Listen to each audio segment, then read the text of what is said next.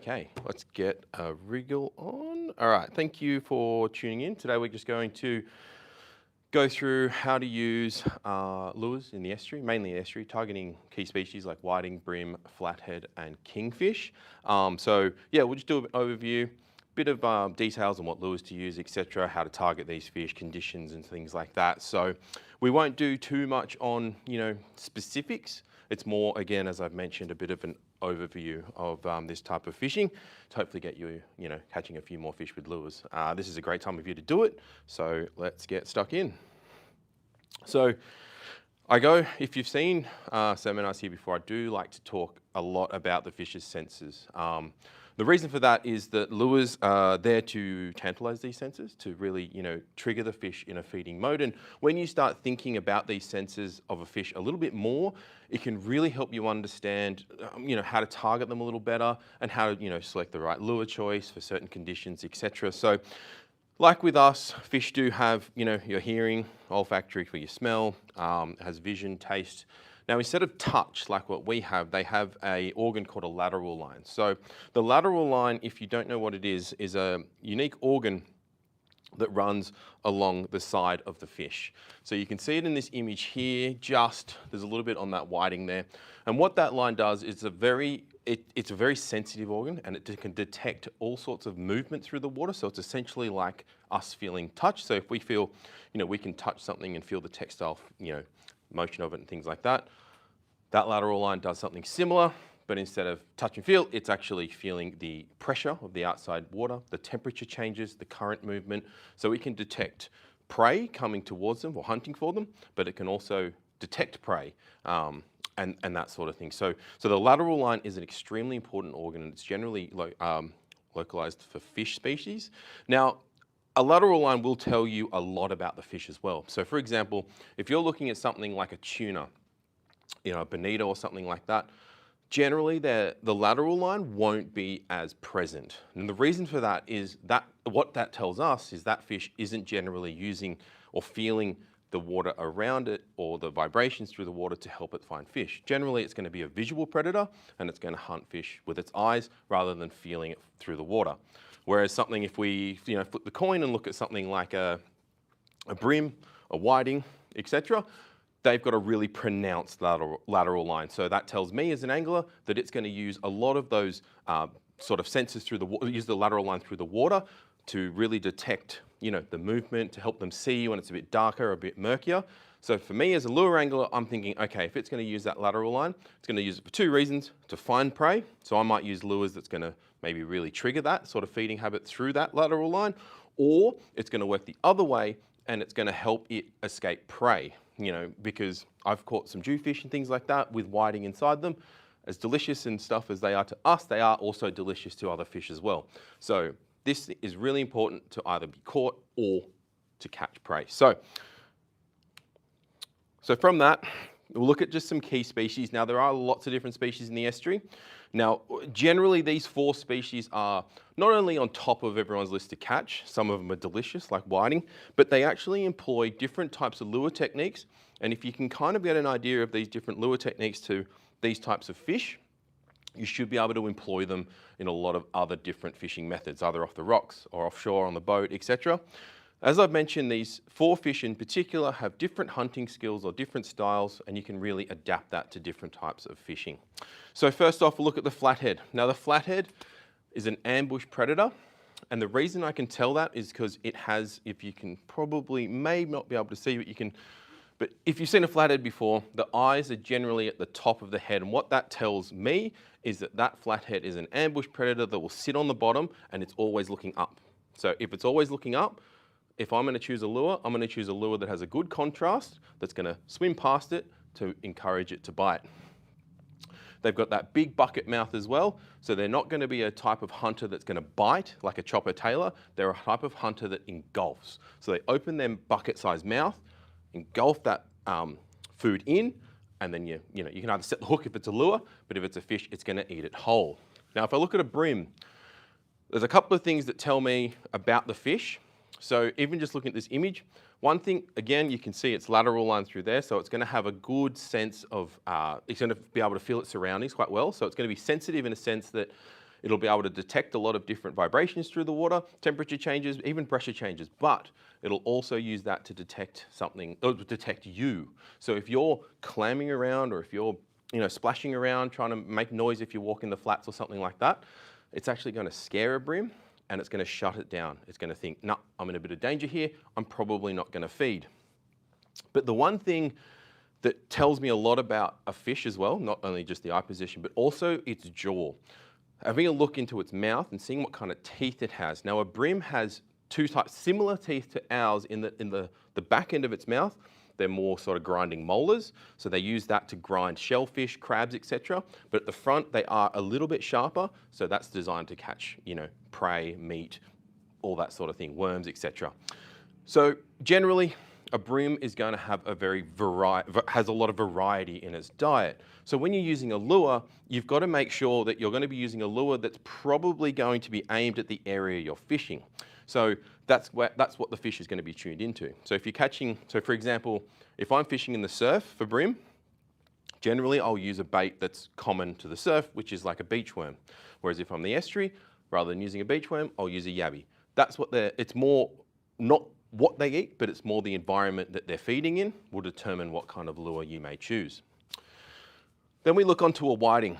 Now, whiting are specifically designed to hunt sand flats. They have a downward facing mouth, very hard jawline, and what use that for is actually burying into the sand, looking for worms, shellfish, pippies and things like that. But that being said though, if you do look at a whiting up close, its eyes are actually upwards turning slightly, meaning that they will hunt from below and hit it from the surface, similar to a flathead. Now, with that in mind, they actually will eat quite aggressively surface lures. Surface lures that skipping across the surface that really mimic a skipping bait fish, or in particular a little prawn flicking away, that actually triggers a lot of the feeding, triggers the feeding in whiting, and they will attack surface lures. Something in the past that wasn't really a thing, but through people experimenting with different lures and things like that, it is quite common to catch whiting with surface lures, and they will take a range of different soft plastics as well, which we'll go through. Now the kingfish is a really difficult fish to set up for or target in the estuary because they have such a, let's say, fickle way of feeding. They're not really, sometimes they're attuned into a plastic, sometimes they want a hard body, sometimes a popper. It's really having a variety of lures to throw at them during the session to see which one works the best. So that one is more of a bit of a trial and error kind of approach when you are fishing. However, going back to the way that fish hunt, kingfish are a very visual predator. They like to see the lure, so it's really important to have a very good looking lure presentation, and also you need to be able to work that lure as best as you can to mimic whatever they're feeding on. So what lures do is, as I've mentioned, they entice the senses. They're making splashes, they're making shimmers in the water, they're rattling through the water, they're doing all that sort of thing to really entice a bite. Now, and also the smell. You want to have some scent on your lure, and that can also, depending on what lure you're using, like a soft plastic, for example, you want some scent on there at times because it can mask other smells, but generally a lure is trying to entice the senses through different ways of the way the fish hunt. So if you look at the lateral line, you're looking at vibration, so you're looking at vibe lures, you're looking at curl-tail grubs that vibrate through the water. Visually, some of the poppers there are really shiny lures as they rip through the water. It's that visual approach. And then also, you've got the paddle tail there, which is a very good vibration lure, and it mimics a fish really well as well. So you try and wonder, why do these lures, but also lures also, not only do they entice these senses, but they entice these senses to trigger that feeding, and what lures try and do is mimic an injured fish. Now, the reason they do that is because it's a lot easier to catch an injured fish than it is to catch a fish that's fully, healthy and can swim away easier. Now, to sort of bring that into perspective, fish are what you call ectothermic, meaning that their body temperature is regulated by the outside temperature. So whatever the water temperature is will generally mimic what the body temperature is of that fish. Now, there are some fish like mackerel sharks and true tunas and things like that that are different. They have warmer body temperature. Now, the reason I'm mentioning that is that they like to conserve energy wherever they can. Unlike us, we've always got a body that's, elevated to 36, 37 degrees. So the food we eat creates creates the heat in our body, and it takes a lot of energy to do that. Whereas with a fish, they need to eat sustainably to maintain the energy. So what they do is they're going to generally hunt when it's super easy to. So an injured fish, again, a lot easier to catch than a fish that's full of energy and can easily swim away. So that's why lures always try and mimic a dying fish to really trigger that feeding. So for example, a fish, and also fish, like I've mentioned, don't feed all the time. They're gonna feed when it's, easier to, or when it's the right time, or when they want to look for windows where they can get maximum yield for less energy. So if you have a bream, for example, and it's not quite hungry, but if you've got a lure that's mimicking a dead fish, it's just going to maybe trigger that fish to go, you know what? That's a dead fish, or that's an injured fish. That's an easy feed. I may as well take that. They are very opportunistic, so they're going to take that without really thinking because it's triggered that feeding sense. Whereas if it's a fish that's, full of energy or it's not injured and it's swimming past, it's probably not going to have a go at it because it's going to be way too much effort.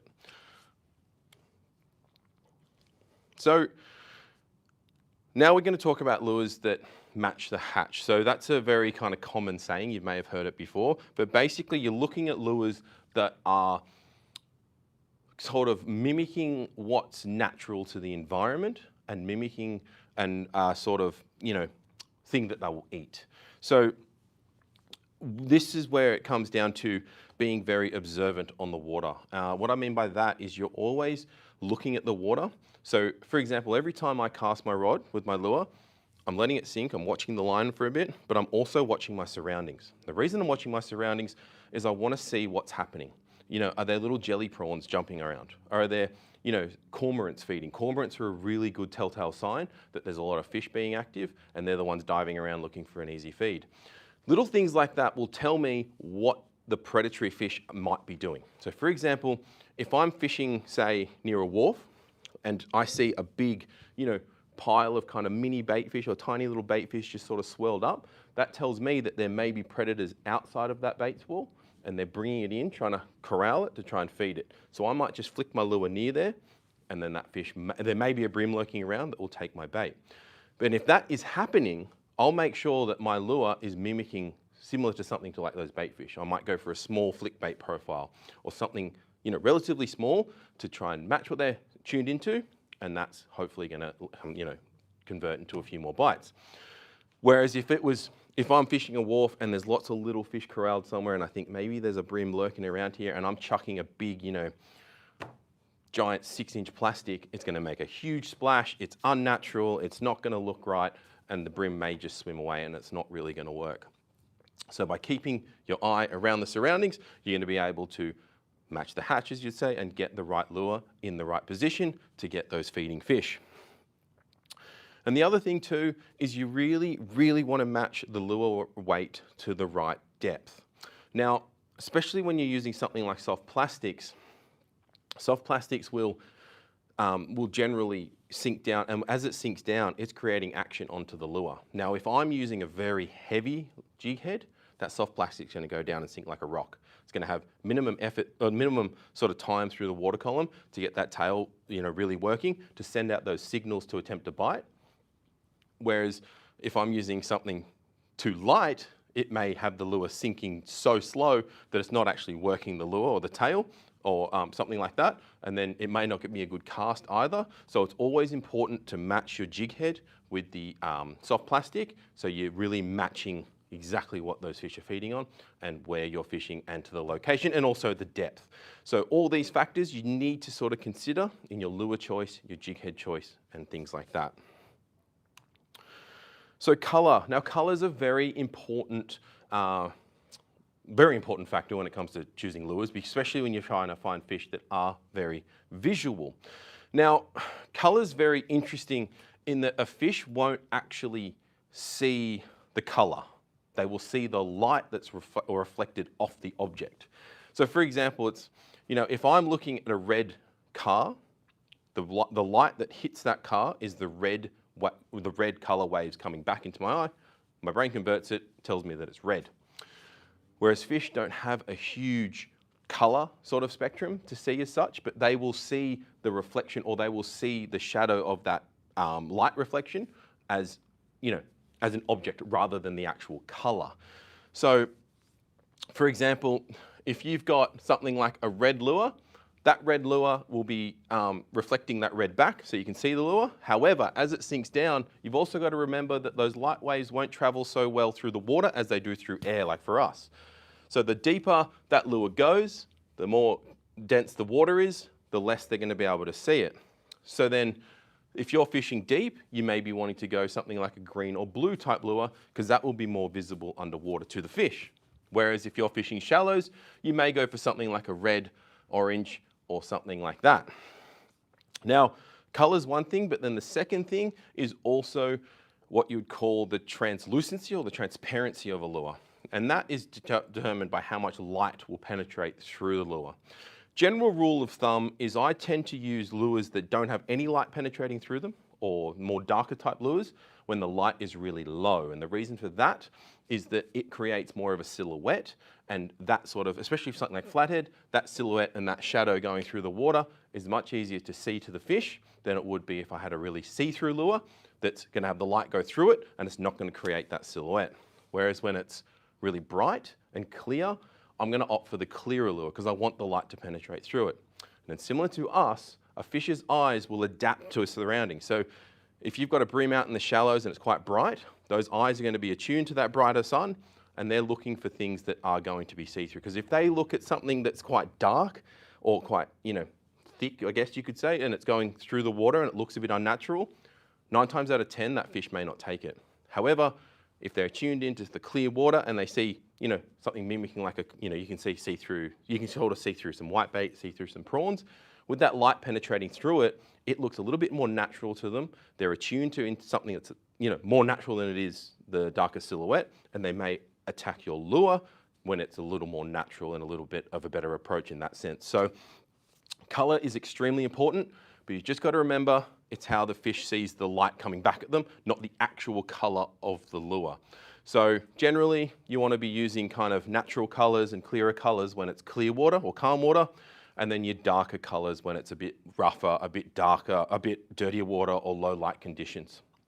And another thing too, when it is clear, a fish will take its time looking at your lure because they're in a position where they're not aggressively feeding. They will sit there for a while and just allow that lure. They'll check it out and suss it out. So it's always good though when you are fishing clear water to just leave your lure doing its thing for a bit. Let it sink down. Pause it for a bit. Do slow lifts.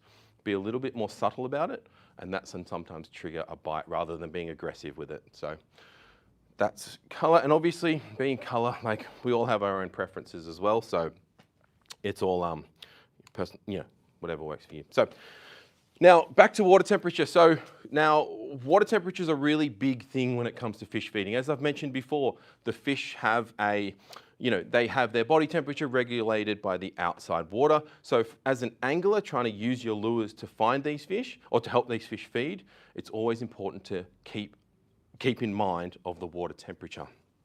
So sometimes the warmer water, the warmer stagnant water will have less oxygen in it, so the fish may not be feeding, so they will sit in cooler areas. But then if the water's quite cool, those fish may be a little bit kind of stagnant as well. So it's all about finding that balance of good water temperature, highly oxygenated water, and finding those fish.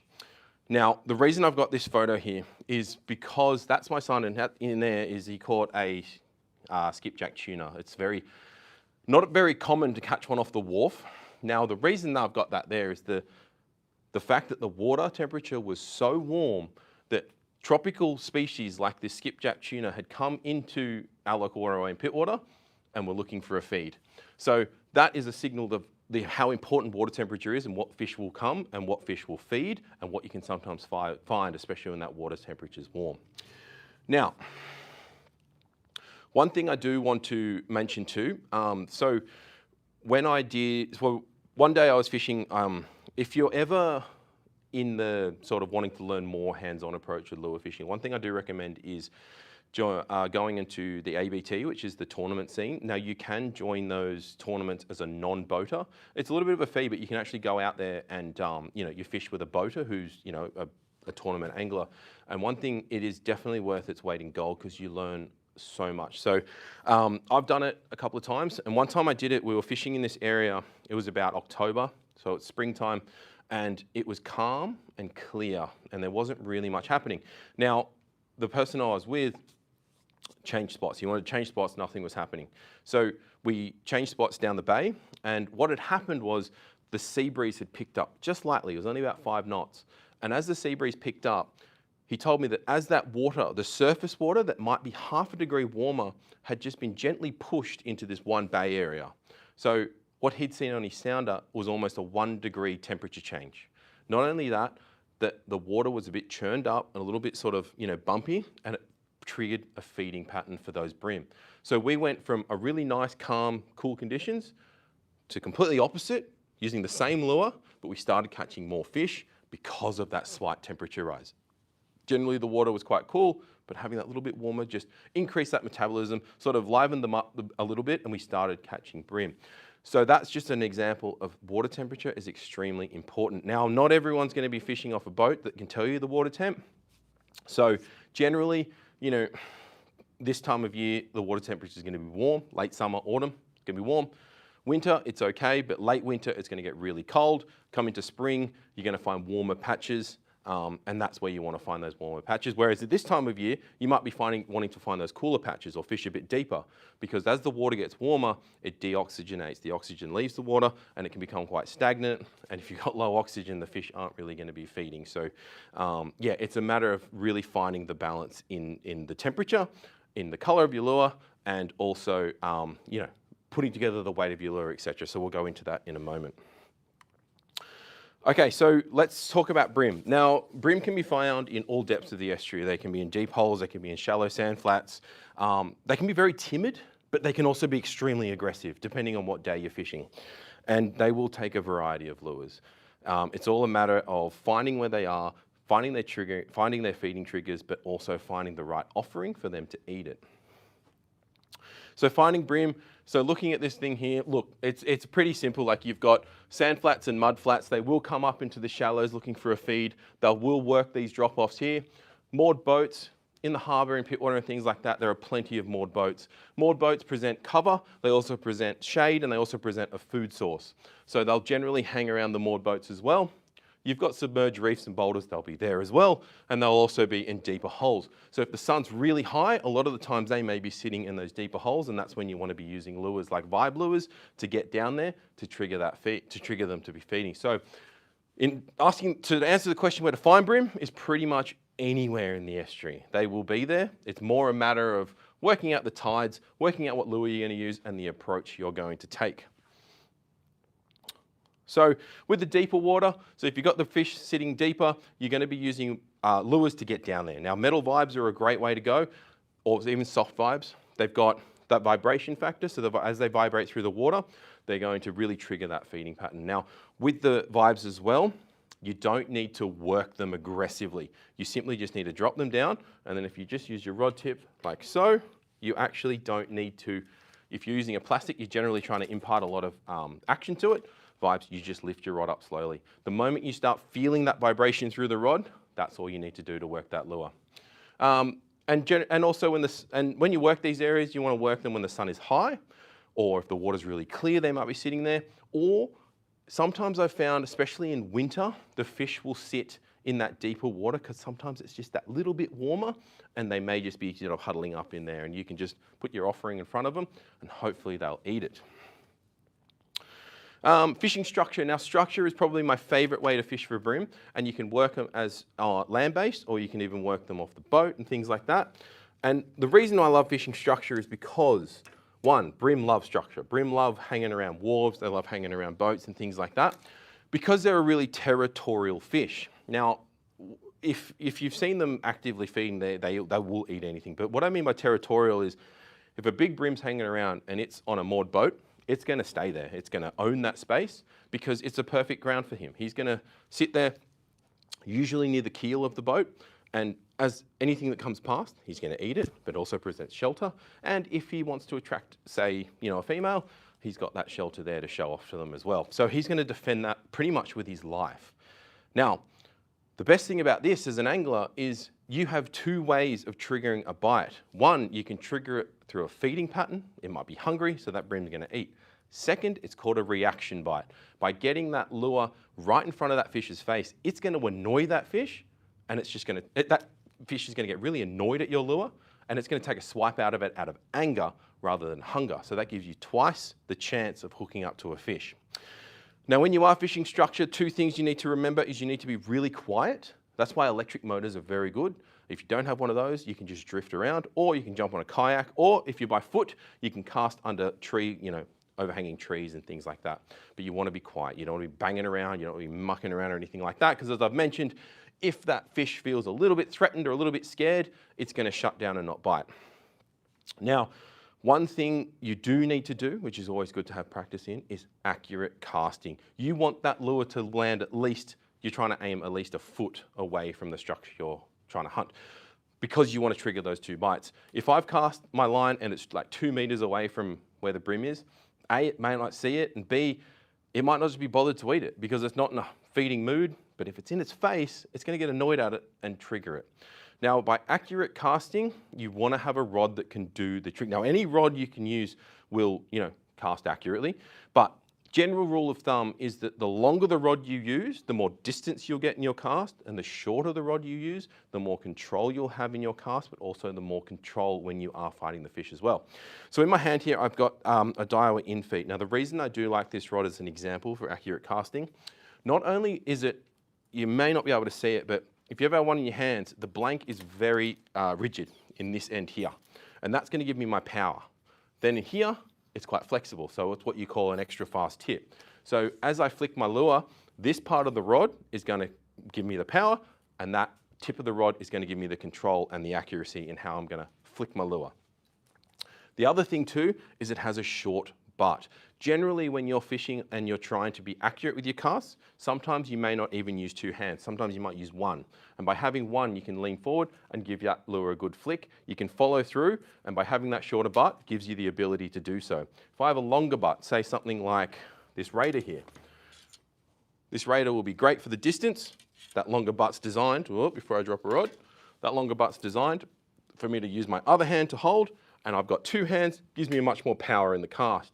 But if I'm trying to be accurate and I'm trying to flick it, that butt can get in the way a little, and it's not going to give me as much of a flick to really be accurate in my cast.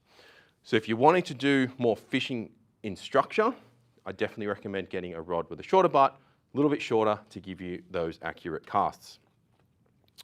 Now, and not only that, with a rod like this in feet here, is that it's super light.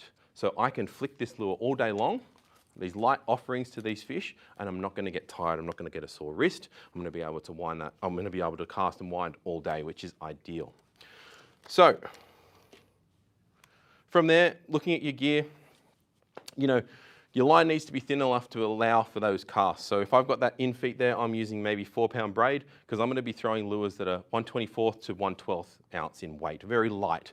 I want those accurate casts, get that little offering very far, sink down very slowly. As I mentioned before, having that lighter weight jig will have the lure going down, that offering looking really good as it goes down. I'm not going to use the heavy jig head because I want to have it really, give it time for that bream to see it and attack it. And then you can use a leader between 4 and 10 pound, depending on where you're fishing. With the structure, you probably want it to be a little bit heavier because you want to be able to hook that fish and get it out of the structure, because bream can be very tricky like that. They can hit your lure, they can go under snags, they can cut you off on oysters and things like that. It's really not ideal. So definitely upgrade your line. You may not get as many bites when you upgrade your leader, but the bites you do get, you'll have a better chance of landing them. And with the rods, look, 2 to 4 kilos is ideal. 1 to 3 kilos is more like this in feet here, like I just mentioned, probably better for your lighter lures. You can use hard bodies, but yeah, your lighter lures, 1 to 3. 2 to 4, you can go to a 5 to 6 kilo, but you're looking at really heavy kind of structure to use those in bigger presentations as well. So yeah, probably stick with the 2 to 4. It's a good all-rounder. With length, like I've mentioned, longer, more casts. So if you're fishing land-based, I'd probably recommend something in more the 7 foot, 7'4" end, because then you can get your casts a lot further. But if you're in a boat or if you're fishing structure, bring it down to maybe 6'6". Then you've got a little bit more control in your casts and you can control the fish, especially if you're trying to get it out of those, you know, crevices or whatever. You're trying to control it out to be in a safe place so you can land it.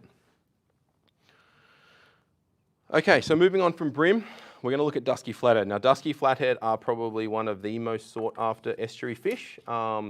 They're relatively, you know, not easy to catch, but they're relatively everywhere. Most estuaries will have them, and they take a variety of lures. And they're also great practice as well, in terms of, you know, trying to refine your skills and things like that. They taste delicious, and things like that. So flathead, as I've mentioned, are an ambush predator. They will hunt from below looking for your lure coming past. Now, good lures for flathead, honestly, there are a whole range of lures you can use. It's more just matching, ensuring the lure that you're using is going to be, you know, adequate to the jig head you're using or the area you're fishing. Again, matching the hatch into the area, what the fish are feeding on. So for example, if I'm fishing the shallow weed beds, I'm probably not going to use something like you could use a little minnow kind of lure, but most of the time you'd use like maybe a prawn lure. But also you can use something like what are they called? The swim baits.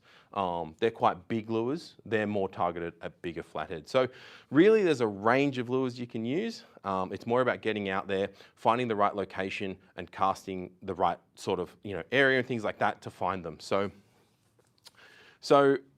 you need to find, yeah, as I mentioned, where a flathead hunt. Now, one tip that I have to mention too is that a lot of the time, so when you get a flathead generally over 70 to 80 centimeters, it's usually a female flathead. The male doesn't turn into a female when it gets to that age. It's basically a female grows bigger than the male. Now, when you do have a larger female, especially when it's spawning season or like, you know, late spring, early summer, a lot of the times the smaller males will be hanging around a female, like in this image here. Now, so you've got this big female here, and then you've got a lot of males hanging around her. Now, what that does for an angler is that if I'm fishing and I'm getting, say, maybe 40 centimeter flathead, maybe 50, big, yeah, I'm going to keep working that area. Because in theory, if there's a lot of males hanging around a big female, there may be a big female in that area. So if you're getting flathead in one area, just work it a little bit longer than you would in an area that you're not getting flathead, because there is a chance that there will be a big female hanging around. Just a quick sort of overview on flathead as well. You've got dusky, blue spot, sand, tiger. There's about 12 or so common flathead species in Australia. Look, long story short, like all these flathead look similar, except the dusky flathead has a spot on the end of its tail. So the reason I need to mention that is that if you are fishing for flathead, there are, in New South Wales, there are different size limits to different species. So off the top of my head, a dusky flathead has to be 36 centimeters, whereas any other flathead can be 33 centimeters. So if you catch a 33 centimeter sand flathead, you're okay to keep it. But if your flathead has a spot on the end of its tail and it's 33, you're not going to be able to keep it. Dusky flathead have to be 36, and you can't keep one over 70, I think. I could be wrong, but yeah, check up on that. But that's New South Wales, could be different in other states. So generally flathead will be similar to bream, up on the sand and mud flats, broken weed beds, drop-offs and deep holes. Flathead will sit pretty much anywhere where the food may be. So on a higher tide, they might come up onto the sand flats, and then they do like broken weed beds. And the reason for that is it provides them cover. Flathead do like to sit on the bottom in that kind of, you know, weedy kind of sand broken area. They match the bottom to give them really good camouflage, but also it's home to many different species of bait, like prawns and little fish love these areas to hide in, and the flathead know this, and it's an easy meal for them. Then they'll work on drop-offs. They will sit on drop-offs like this, waiting for these smaller fish here to sink over, you know, to go into the deeper water, or they might be swimming here. They might be getting adventurous, like when Nemo goes for the boat and finding Nemo, and he's going to be sitting there, and he's going to ambush them. And they will sit in deep holes. Some deeper holes, they just want to sit there and chill. Maybe it's a little bit warmer. They want to get out of the sun. It's too bright in the shallows, but you will find them there as well. So in this image here, the reason I've chosen this one is it's a perfect area to target flathead and also many other fish. So it's a classic sort of estuary layout. You have wharves along here, you've got moored boats. All this area here is pretty much structure. The fish love all this cover here. But you've got here, it's a shallow sort of sandbank. Now, this is from Google Earth. Anyone can access Google Earth. So wherever you're fishing, it's always good to do some homework. So along here, we've got shallow water, shallow mud flat here. As you can see here, there's a bit of stormwater drain. So when it rains, all the water's rushing out here. You've got the deeper water indicated by that darker line here. So what happens is it rains, empties out into here, into the deep water, and the flathead will all be kind of cruising on the edge here. By cruising on the edge there, they're able to go out in the deep, but they're also able to come up here on a higher tide looking for an easy meal. And as that water flows in, they're looking around here for all those smaller, prawns and fish to just fall into the drop off there for them to have an easy feed. So that layout there, that's just in pit water. In the harbour, it's similar in many estuary species systems. You're going to have something like that. A quick tip too, if you are fishing land-based or you're in a tinny or in a kayak or something and you don't have a sounder, each moored boat here will have a different size keel. Now generally your catamarans and trimarans and smaller boats will have a smaller keel. Trimarans and catamarans don't have a keel. So what that indicates is if they are moored, you can see here's a trimaran, being moored there, it's going to be slightly shallower than something like a bigger yacht in the middle here. So if you're fishing in an area where there's lots of catamarans moored, it might be not as deep as where all the larger yachts are moored. So it gives you an indication of where the shallow is, where the deeper is without having use of that sounder. Okay, so the weed beds and sand flats flathead will venture up into the water that's less than 1 metre deep. They're not scared. They rely on that camouflage to prevent them from getting attacked by from above, like a bird or something, like an eagle. But they're also going to use that ambush approach to find their prey. As you can see in this image here, that is a glide bait. Those larger glide baits actually work really well for bigger flathead. It's a bigger offering and it tempts those flathead to take a bite because it's an easy big meal to fit in that bucket mouth. So you can use those glide baits. You can use, weedless, rigless, snagless sort of approach as well, where the hook embeds into the lure, and then as the fish bite on it, that's when it hooks hooks the mouth, but it's not going to get caught in the weed and things like that. Shallow divers work well. Divers that go down to about 1 metre are quite good. Something like a Daiwa double clutch. Also, you have bent minnows. Bent minnows are a really weird looking lure. They are bent and they're designed to dip underwater as you're drifting across, as you're pulling it across the surface. Again, looking like a ninja bait fish. And with this too, you can do it from the shore. Or you can do it from a boat, but long casts are important. That's where you want to be using a rod like this. So this one here is a Raider. It is rated to 2 to 4 kilos. It's called the Bream spin rod, but the reason I like it for flathead is it's relatively budget friendly, but also having that slightly longer butt, like I mentioned before, gives you a long cast. And you're able to cast quite heavy lures with this, and it's not as crisp as something like the Infeet. Now, you don't need something as crisp because with flathead, this bucket mouth, they're generally going to be shaking their mouth to try and get it out. And you want that softer type rod to be able to handle that and to be a bit more forgiving when you're fighting the fish. Next is drop-offs.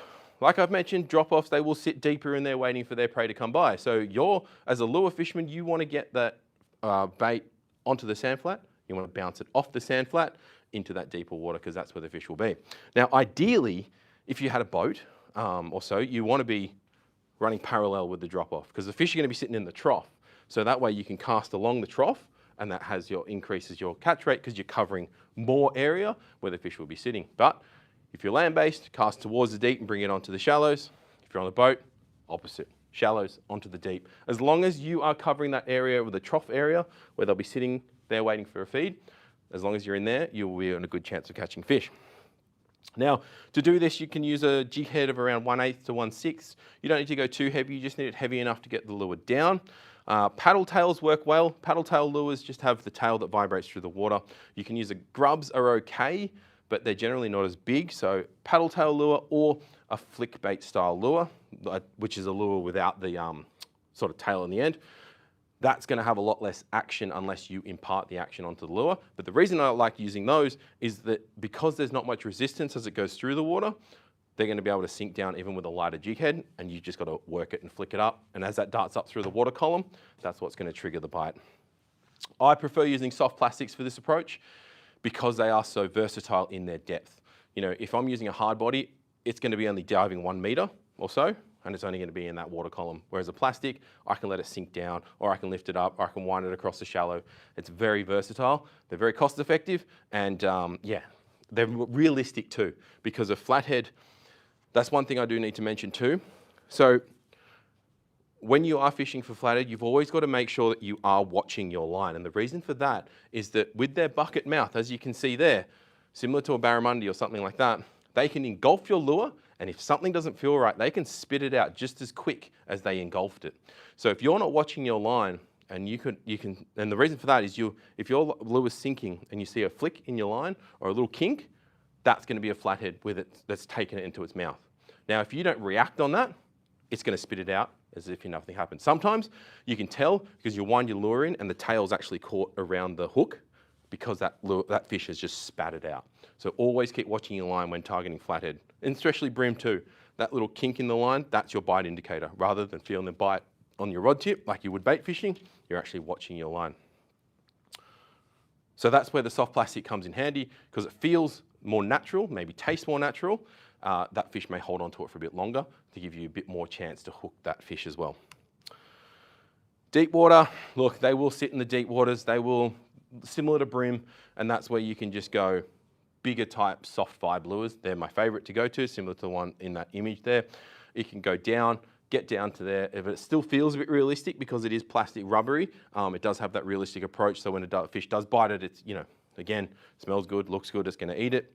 And it's a great way to fish if you're drifting through the moored boats. So if you've got kids or you just want to spend out for the day, like that image before with all those moored boats, you might just use the breeze to just drift down.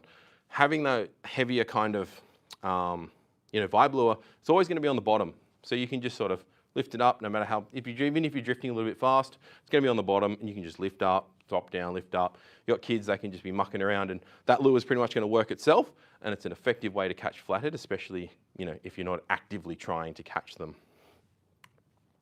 So with the gear, definitely rods that are 3 to 6 kilo, you want to have something a little bit heavier. Not because it's the fighting ability, but to be able to cast offerings that might be a little bit bigger. So those swim baits, you're probably not going to use a spin rod for that like this one. They are sometimes up to 50 grams, so you need something a lot heavier. There are specific rods for those, but generally for soft plastics, you're going to be using, 1/8, 1/6, whatever. That, by having a rod that's slightly heavier, will be able to get that cast out without having to be too heavy on the blank of the rod. And also, if you have a heavy jig head and your rod's really flexible or really light, you're not going to be able to impart as much action onto that lure either. So generally, 3 to 6 kilos is a good sort of flathead rod. It's a bit of a go-to rating rod for flathead. Braided line between 10 and 15 pound. You can go lighter, you can go heavier, but around 10 pounds, quite good. It's heavy enough to hold on to heavier leaders. You generally want to use a heavier leader because of its mouth. Now, a flathead's mouth, if I can just go back a couple, that'll do. Within here, they've got backwards facing kind of raspy sandpaper-like teeth. And what happens is if that's, like I've mentioned, they engulf their prey. If they've engulfed their prey and it's back here, that line's going to rub along its mouth and can easily snap you off. So by having heavier leader, it's going to ensure that that line is going to stay true and you'll be able to land that fish. So when you are going for flathead, one thing you need to do is mix up your retrieve. By mixing up your retrieve, you're imparting different action onto your lure, and by doing that can really find a formula into what the fish are attuned to. And what I mean by different action is, if you're casting out your lure, generally most people will go a couple of hops, 1, 2, 3, let it sink down. Sometimes it works, sometimes the fish may be a bit lazy. So instead of hopping it up, just do one slow lift. That slow lift might just be enough to trigger that bite. Or if that's not working, sometimes you can flick it along the bottom so it skips along the bottom, or you can just do, some guys actually burn it, so they'll wind it real quick and then stop. And it just goes really quick across, maybe that deep across the bottom, and sometimes that can trigger a bite. So what I mean by mixing up the retrieve, is just mixing up how that lure is going to look in the water to trigger that bite. The other thing, once a flathead is hooked, try not to fight the fish as such. Generally, a flathead's not going to get you under, rocks or anything like that. They're not going to be playing dirty like a kingfish. So you just need to play them out. Let them run, let them do their thing, let them tire themselves out, which is because you don't want to break the line, especially because you're not going to know if your lure's down its throat or even it's hooked in the mouth. So always assume that your lure's down its throat. That way you're going to take extra care when you are bringing that fish in. One big tip too is that flathead will throw their mouth, and what I mean by that is they will shake their mouth in the air, and that will eventually throw a hook if you haven't hooked it very well, and it's going to be it's a bit of a risk, because generally if a fish is out of the water, it's going to weigh a lot more than it is underwater, and it's a lot of pressure on your gear. So when you do have a fish close to the boat or close to the shore, instead of having your rod tip up as you fight it, that's going to lead its head up and encourage it to shake. Have your rod tip running parallel to the water or even pointing down. That's going to control the fish's head to point down, and that way it's going to have less chance of shaking and help you control the fish to the net or to the shore without having that really aggressive shake like in that image there. As you can see, it is not happy. It can easily throw that bait. Okay, moving on from flathead to sand whiting. I'll just quickly go through sand whiting. Sand whiting, like in this image here, this is a Daiwa slippery dog. Very good surface lure. There are two types of surface lures that you can use. There's a popper and there's a walk the dog style. A popper will have a cup face and will create more of a splash on the water. Generally works better when the wind's up and it's a little bit choppier and helps you see the lure. If it's calmer, bit clearer, definitely go for a walk the dog style lure. And what it does is basically zigzags across the surface looking like a fleeing prawn, and that will tempt a bite when it's a little bit calmer. The best place to find whiting, especially feeding whiting, are intertidal areas. So intertidal areas are like this one here. On a low tide, this is the normal water line. When the high tide comes up, it's going to come up onto the flat here, and having the water come up to an area that's generally uncovered and dry. If it's uncovered and dry in the low tide, you've got shellfish, you've got crabs and stuff that may die from the heat of the sun. The whiting know this. The high tide gives them access. They're going to be up there in a feeding mood, and that's where you want to be chucking your lures, and that's where you want to be chucking your lures because that's where the whiting will be. Now, generally, you want to be fishing just as the tide's coming up. You don't want to be fishing on the highest tide, like right on the high tide, because the fish will be spread out. You want to come mid-tide as it's coming up, and you can walk out a little bit, and that's when the whiting are going to be coming up onto that sand flat looking for a feed. If it's a little bit windy or a little bit sort of churned up, even better. They're going to be more active rather than it being super clear. Then it's a matter of casting out your lure as far as you can and then giving your rod tip just a little bit of a wobble as you're winding to start working that lure. Now, with your surface fishing, this is where you may need a different rod. So this rod here is 7 foot, let me double check, 7'8". You can even go to 8 foot. The longer the rod, the more distance you're going to get in your lure. It's nice and long, it's nice and whippy. So you can see here that it's got a little bit more flex. The flex starts here. So it's got plenty of bend in this part here to absorb all that power and be able to flick that lure a long distance. And you generally don't need as control with this sort of fish. You're not accurately casting. You just need to get it as far as you can. Something like this Shimano Essenza, super lightweight. This is what you call a skeleton grip. So there's no real big foregrip or anything like that. Reduces the weight of the rod. And then if you've got something like this Revelry here, which is again super light, you'll be able to cast and retrieve all day long, because sometimes you do need to do a lot of it to find the feeding fish. Now, whiting actually don't like a pause in the lure. There are two ways you can work the lure. Some guys will work it and then pause it and wait for the fish to come slurp at it. Now, if a fish is slurping at it, that's generally going to be a bream. Bream will slurp at the surface to bring that fish into its mouth and eat it. They like a pause. Whiting, they don't.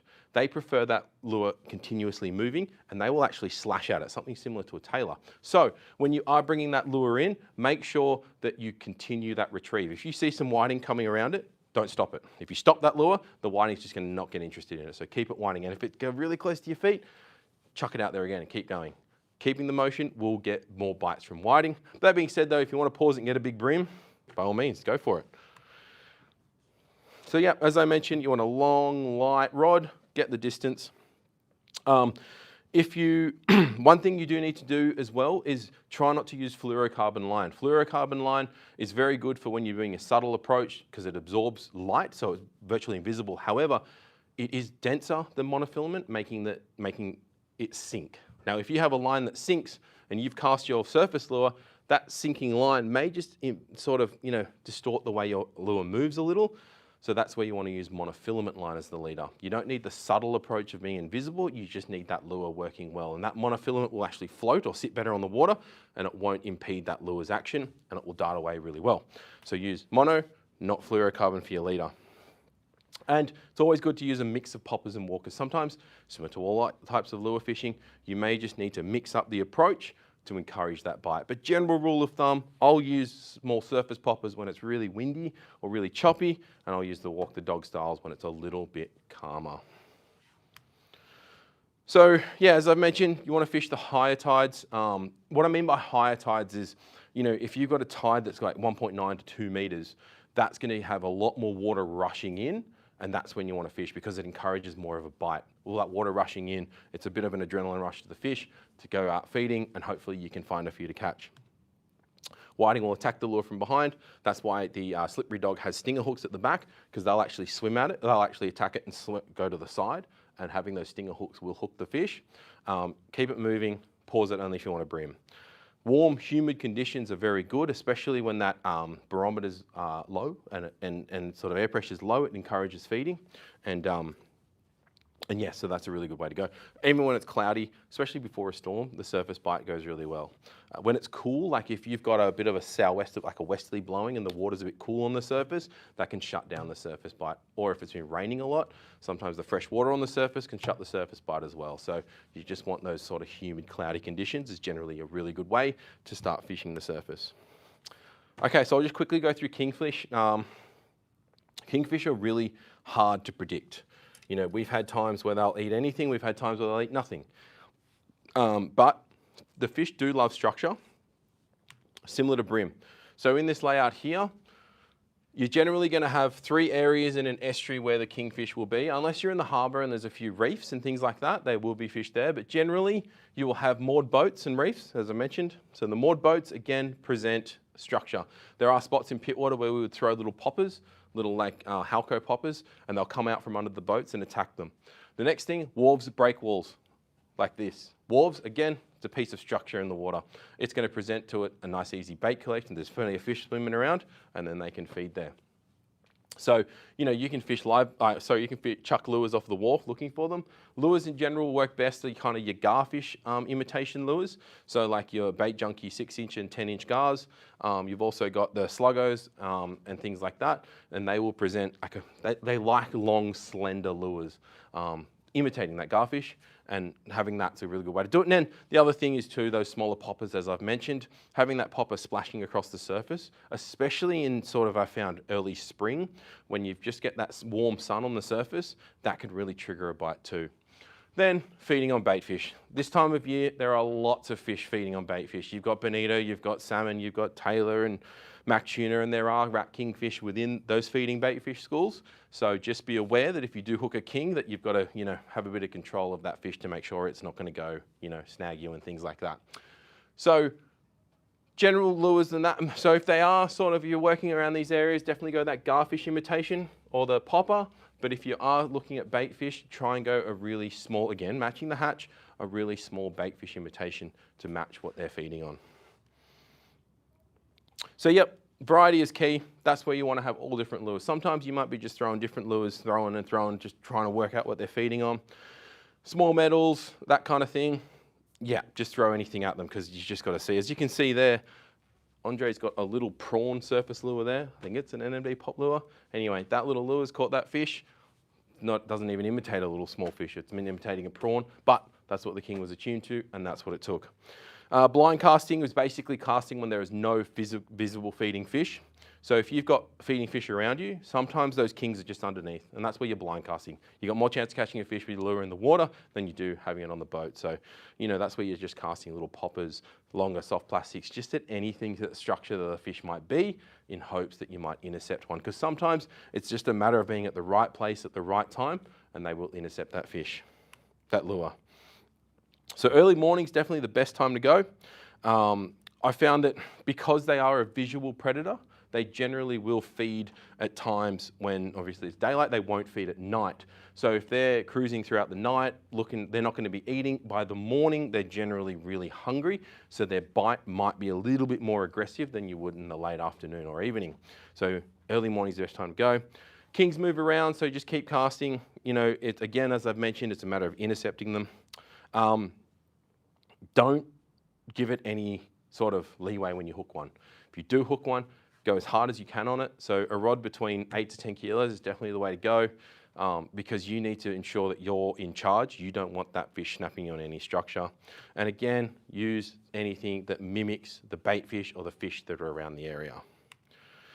So yep, any sort of snapper rod will be fine, 8 to 10 kilos.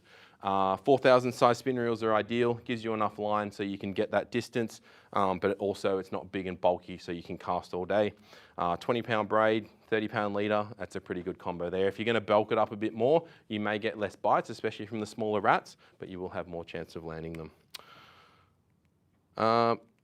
And that's it. So basically, yeah, so hope you enjoyed it. Hope you learned a few things. Look, we're going to be doing a lot more of these just to help build that digital community, to help you guys catching more fish. So if you want to see more, definitely like and subscribe to us. If you hit that notification bell too, it'll notify you every time we go live. So that way, you know, it's going to make life a lot easier so you know what's all happening. We upload videos quite regularly, and also don't be shy to let us know what you want to know about. You know, if you want to know more about this type of fishing, just, you know, send us in the comments, send us an email, etc. More than happy to dive into it more. So yeah, we'll have, we've got another one coming in another 2 weeks. I think it's, off the top of my head, it's surf fishing for salmon and tailor, which is a good time of year to do it. So yeah, you can sign up for that or just tune into it. And if you hit the notification bell, you'll know that when it's on as well. So yeah, thank you.